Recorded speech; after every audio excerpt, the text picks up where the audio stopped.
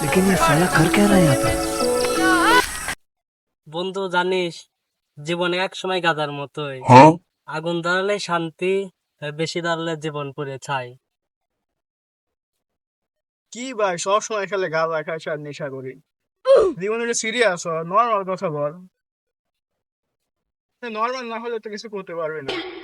এখন গাঁজা খাইলে কি হয় নাকি?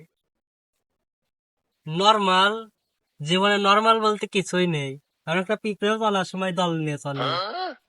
আর আমরা তো মানুষ, আমরা কিভাবে নর্মাল হয়ে চলবো?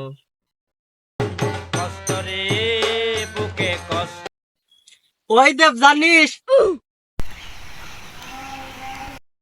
কি হয়েছে ক?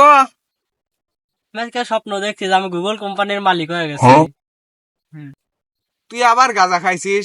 তোক না কইলাম রাইতে একটু কম মম খাইস, খালি গাঁজা খায়, খালি আউল ফাল কথা কইস, লোকজনকে খারাপ কয়। তুই কি কইস? আমি রাইতে আর গাঁজা মাজা খাই না, আমি রাত্রে এখন গাঁজার স্যান্ডউইচ খাইছিলাম। জানিস বন্ধু, রাইতে আমি মুরগির সাথে আড্ডা দিছি। ও আমাকে কইছে যে আমাকে আর বাজিস নে, আমাকে একটু কম বাজি, আমাকে একটু রেহাই দে। তোকে তো পারা যাচ্ছে না। তোর এই গাঁজা খাওয়ার টান লোকে তো এলাকায় থাকা যাচ্ছে না। তো পাবনা মেন্টালে আইসিএড পাঠাই দিয়ে। ভাই তুই না কয়দিন আগে প্রেম প্রীতি করতে, তো তার কি হইলো? তোর গার্লফ্রেন্ড তো কিছু কয় না? তুই যেন সব আউল ফাল জিনিস খাস, বাজার থেকে কিনে মিনে।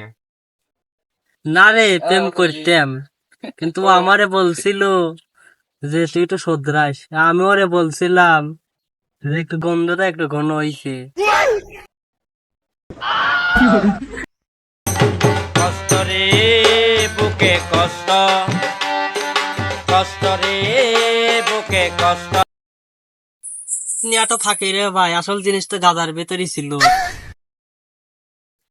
ফোন দি, তোর আসল জীবন পাগলা হয়ে দিয়েছিল, আর তুই আনে নাটক মারাচ্ছিস নাকি?